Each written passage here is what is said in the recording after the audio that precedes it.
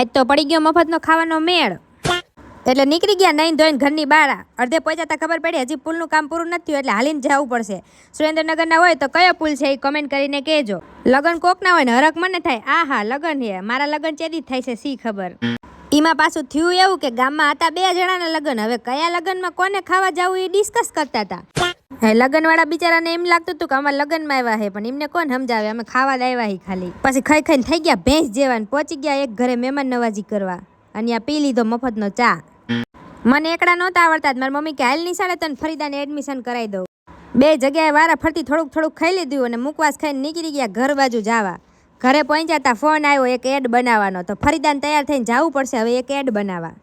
તો આપણે કરવાની હતી કાર કોટિંગની એડ. મોજીલું સુરેન્દ્રનગર વાળી આઈડીમાં જઈને આખો વિડીયો જોઈ આવજો.